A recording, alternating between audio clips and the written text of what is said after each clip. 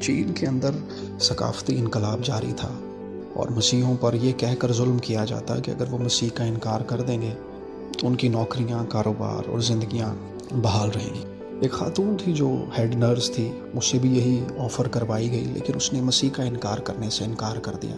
لہٰذا اسے ہسپتال کی صفائی کے عملے کا ہیڈ بنا دیا گیا۔ تو جب وہ صفائی کرتی، موب مارتی، تو وہ خداوند کی شکر گزاری اور حمد اور تعریف کے گیت گاتی اور کہتی کہ خداوند، میں تیرے لیے دکھ سہ رہی ہوں لیکن میں اس میں بھی خوش ہوں، میں تجھ سے محبت کرنے سے، تجھ سے پیار کرنے سے باز نہیں آؤں گی۔ یہ بات میرا دھیان خداوند کی اس بات کی طرف لے گئی جو خداوند یسوع مسیح نے فرمائی تھی کہ تو خداوند اپنے خدا سے اپنے سارے دل، اپنی ساری جان اور اپنی ساری عقل اور طاقت سے محبت رکھ۔ بڑا اور پہلا حکم یہی ہے، اور یہ بہن اس حکم پر قائم رہی۔ اور ہوا کیا، چند سالوں کے بعد جب یہ انقلاب ختم ہو گیا تو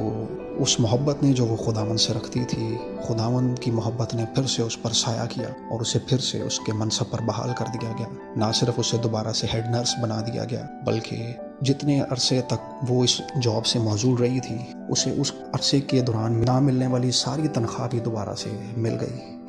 اور آج وہ بہن اپنے رشتہ داروں کو، دوستوں کو اس بات کے بارے میں بتاتی ہے کہ برے حالات میں، تنگ دستی میں، پریشانی میں خداوند سے محبت کم نہ کریں، نہ ہی محبت رکھنے سے باز آئیں، بلکہ زیادہ محبت دکھائیں، کیونکہ خداوند نے کہا تھا کہ بڑا اور پہلا حکم یہی ہے۔